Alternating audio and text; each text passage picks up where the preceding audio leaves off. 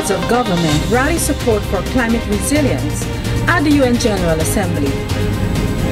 The Government of India deepens cooperation with CARICOM. Agriculture in focus in Belize. And Guyanese go to the polls for general elections in March. Welcome to the CARICOM News Time for the week ending Friday, 27th September. I am Tusankin English Francis. And I am Michelle Nurse with the details of these and other stories. Thanks for joining us. CARICOM Heads of Government spent the last week in high-level engagements at the United Nations advocating for support to build sustainable economic resilience in the community. They outlined specific actions that the international community should take to make good on commitments to address climate change and support small island developing states to deal with its adverse impacts. Chairman of CARICOM, the Honorable Alan Chastanet, told world leaders at the UNSG's Climate Action Summit on the 23rd of September that states are the incubators of climate change and should be supported to help the rest of the world figure out how to deal with it. He said that the Organization for Economic Cooperation and Development should adopt the Commonwealth Secretariat's established measurement of economic vulnerability. He emphasized the need for a dedicated fund to which states can have quicker and less complicated access to finance to build climate-resilient infrastructure. In that context, he called for debt reclassification. That how we classify the debt that we're going to incur to invest in this infrastructure cannot go on our books. Because what we may gain in physical climate change resilience, we're now going to lose in economic resilience. The sad reality is that those four things require a pen. A pen for OECD to change its policy. A pen to establish a dedicated fund for the SIDS. A pen to change the governance structures. And a pen to determine how we're going to classify the debt. And time has run out on us. Prime Minister Mia Mottley of Barbados, in a very cogent address, reminded the UN General Assembly that the Alliance of Small Island Developing States need temperature increase in the global community less than 1.5 degrees to survive. The science is clear, and the evidence is even clearer, that the lives of our people have been lost and properties abandoned. And these tell the story far better than any speech we can make in this great hall. The AOSIS, the Alliance of Small Island States, needs to keep temperatures increases in this global community to less than 1.5 to stay alive. Not to thrive, but to stay alive. In other words, 2 degrees needs to be taken off the table once and for all. Her counterpart, Prime Minister Andrew Holness of Jamaica, stressed the need for climate change financing to be channeled where it is most needed. I close by reiterating the concern of developing countries that the delivery mechanisms for climate finance are still fragmented and slow. The bottlenecks and gaps in the project investment value chain prevent climate finance from getting to where it is most needed. We are encouraged, however, by new and exciting developments, such as the Closing the Investment Gap Initiative and the Climate Investment Platform, which hold great promise and will expand to meet the investment and technical assistance needs of more developing countries. The CARICOM chairman also addressed a World Economic Forum discussion on the theme Redesigning Today's Economic Models. His intervention highlighted the extreme climate-related social, environment, and financial risks that the region faced. Well, most of the small island developing states are facing 2 things: extinction and being viable. And unfortunately, the extinction part comes first. The final nail in the coffin for us is that we become now uninsurable. So if we don't build the physical resilience to reduce the amount of economic impact and chaos that the storm causes, then we become uninsurable. So the second thing that we're trying to compete against is basically competitiveness on a global basis. And for a lot of the small island developing states, the macro rules of the IMF and the World Bank have unfortunately not been kind to us. Now here's what happens. We have the storms coming. I know what I need to do. I need to slope stabilization, broaden and widen my rivers, put utilities underground, dedicated shelters, coastal restoration programs. But I don't have the money. If I have to go and borrow the money on commercial terms, because the OECD has now classified me as a middle-income country because of my per capita GDP. Prime Minister Chasney had several other engagements at the United Nations, including a discussion on ECLAC's Debt for Climate Swap initiative with Ms. Alicia Barcena, the Executive Secretary of the Economic Commission for Latin America and the Caribbean. In a message posted on his Facebook page, the chairman said, "We are very encouraged by the commitment of the UN Secretary General to support us in advancing the ECLAC Debt for Climate Adaptation Swap initiative. This initiative will go a long way to not only expand domestic fiscal space, but it will also establish a dedicated SIDS Resilience Fund to finance adaptation projects. We look forward to the support of the international financial institutions and our partners as we continue to work towards this much-needed transformational shift." India has strengthened its cooperation with CARICOM, granting a $14 million grant for development projects and a line of credit allocation of $150 million for climate resilience. India's Prime Minister Narendra Modi reaffirmed his country's commitment to development in the region when he engaged CARICOM Heads of Government in the first India-CARICOM Summit. The summit took place on the 25th of September in the margins of the United Nations General Assembly in New York. Prime Minister Modi spoke of plans to develop a regional center for excellence in information technology in Georgetown, Guyana, and a regional vocational training center in Belize. He also reaffirmed India's commitment to enhancing human resource capacity in the region through specialized training. The meeting agreed that the CARICOM India Joint Commission will continue to develop and implement concrete plans to further advance trade and facilitate diversification in the region. CARICOM Chairman, Prime Minister Alan Chastany of St. Lucia, noted CARICOM's appreciation for India's continued partnership and cooperation with the community. On behalf of all my colleagues, when I say that the most important question to ask is how come it took us so long to get together, given our cultural ties, our historical ties, and clearly, as you've outlined, many of the common issues that we have to confront on a global and geopolitical basis.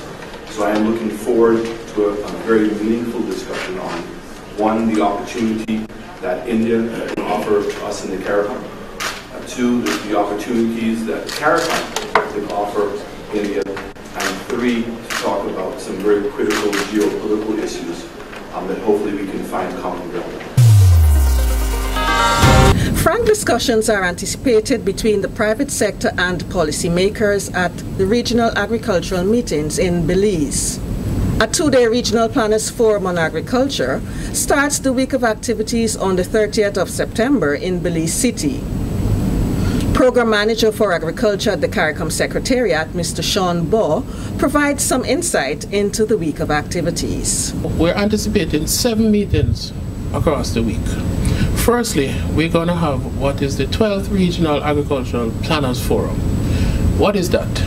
This year, we're doing it under the theme, capitalizing on the new frontiers in global agriculture. The aim is to have a forum that is more business facilitatory, in the sense that we want to bring together stakeholders from the private sector to link with stakeholders within the public sector. And what do we mean by that? The program has so been developed in a way that we're asking leading private sector firms who are in agribusiness to come and have a frank, open discussion with our policy makers in the agricultural sector. And we're having member states from as far as Belize, where it's been held, to here in Guyana, regional headquarters. And the aim is to outline what has been the successes, what have been the challenges, and what are the recommendations that the private sector are putting forward to our regional heads and our regional governments that can be put in place to achieve this regional trade in agricultural crops, agricultural produce, and value chain items. Now, we've invited entities from Barbados, entities from Jamaica, entities from Belize, entities from Guyana, and entities from Trinidad to meet with all the planners from the Ministries of Agriculture in the region.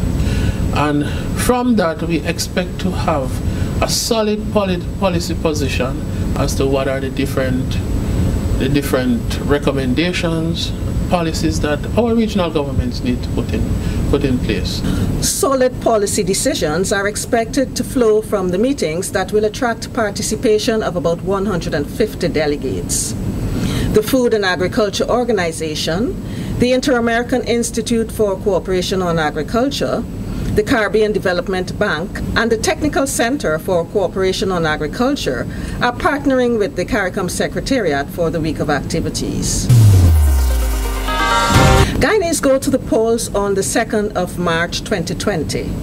Guyana's President David Granger announced the date in an address to the nation on the 25th of September. I am pleased to announce that after discussions with the chairman of the Elections Commission and with my cabinet, the earliest possible date for the holding of general and regional elections will be on Monday, the 2nd of March 2020. The President confirmed the date the following day and pointed out that both the government and the opposition would be required under the Constitution to return to the National Assembly for an extension of the timeline for elections. Massive cleanup efforts continued around Tobago this week after Tropical Storm Karen moved across the southeastern Caribbean. The rains caused widespread flooding and landslides across Trinidad and Tobago. Grenada and St. Vincent and the Grenadines were also on high alert. Tropical storms Jerry, Karen, and Lorenzo are currently spinning across the Atlantic basin. Trinidad and Tobago's government was also monitoring a mud volcano in central Trinidad and has warned nationals and visitors to stay away from the volcano. Prime Minister Dr. Timothy Harris of St. Kitts and Nevis has welcomed the United Nations High-Level Political Declaration on Universal Health Coverage. Prime Minister Harris is the lead head in the CARICOM Quasi-Cabinet on Human Resource, Health and HIV and AIDS. In his presentation to the UN General Assembly, he said that no one should have to skip taking a potentially life-saving scan or other procedure because of the cost. Neither should they have to declare bankruptcy because of an expensive illness. And above all, we believe that equal access to health care is a basic human right. He cited the success of St. Kitts and Nevis in eliminating mother-to-child transmission of HIV and syphilis as an example of how commitment and resources can generate success. The World Health Organization's executive director said that the world has 11 years left to make good on sustainable development goals.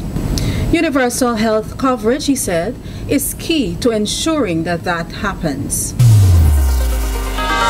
CARICOM Ministers of Health met on the 30th of September to discuss a number of important issues on the regional health agenda.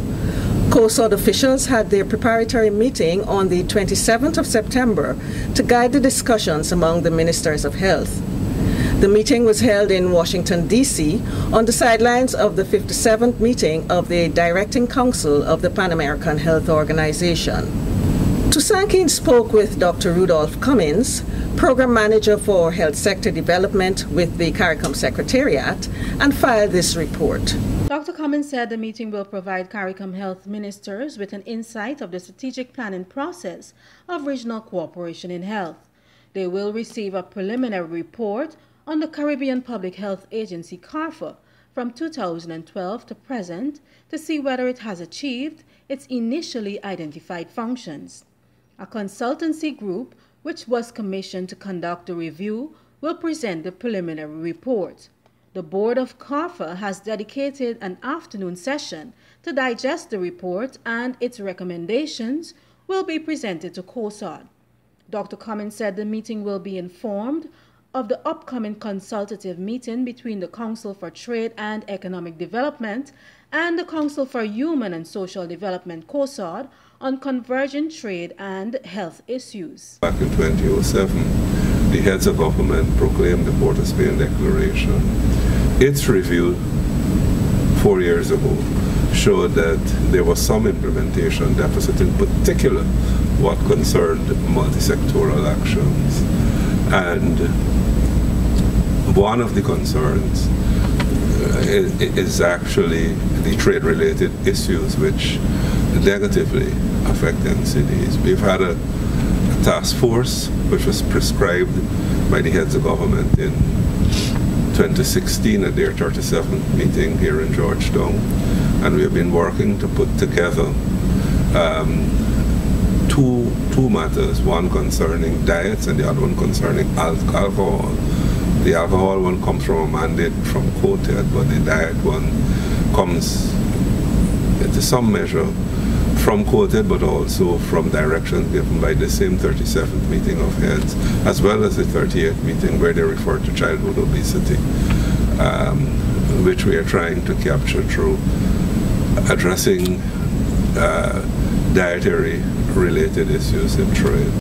The Ministers of Health will receive for adoption the new Regional Strategic Framework for HIV and AIDS that the Pan-Caribbean Partnership Against HIV and AIDS has just completed. Time will be devoted to looking at the elimination of mother-to-child transmission of HIV as well as measles. The plight of migrants, including matters related to their rights, are also on the agenda of the meeting. The Oncologists and Hematologists Association of the Caribbean has prepared a paper on the treatment of cancer, which it hopes to present as a framework to the COSOD. Dr. Cummins said the Caribbean Cardiologists Association will also interact with CARICOM Health Ministers in a discussion on the challenges with curbing heart attacks in the region. We'll have a novel presentation made by a group, the Caribbean Cardiologists Association, which is trying to bring to the attention of the ministers, they've already done so with the Chief Medical Officer, the challenges of curbing the excessive mortality which we have from heart attacks.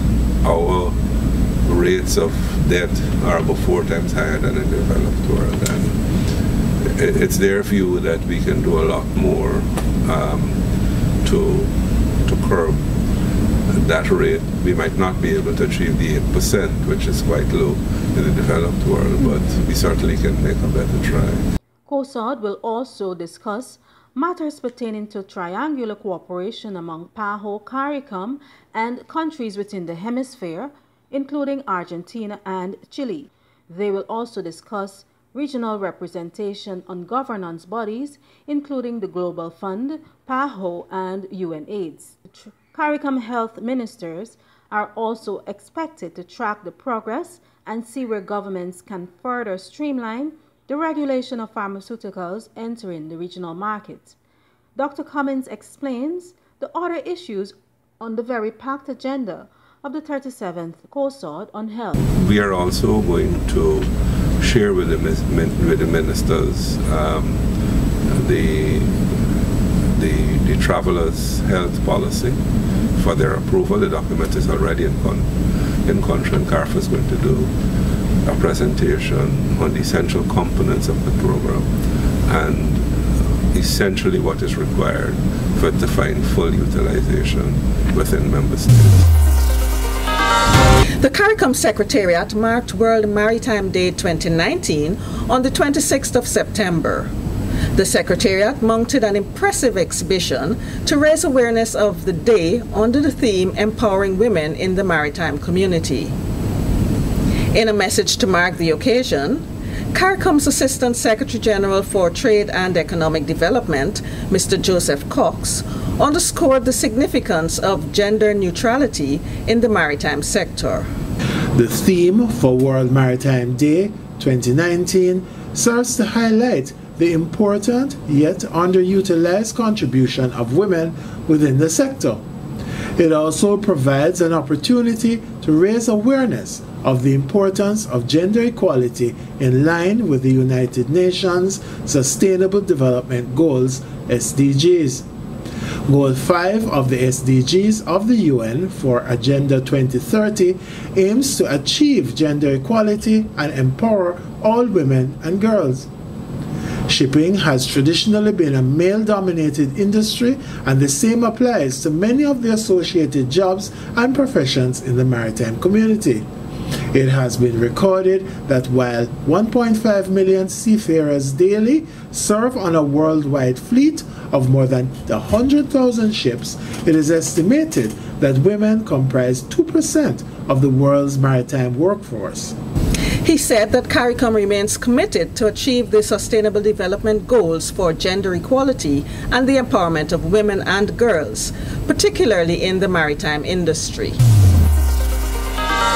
For more stories, you can visit the CARICOM news site at today.caricom.org or the CARICOM website at caricom.org. Like our Facebook page, follow us on Twitter, and be sure to subscribe to our YouTube channel. See you next time.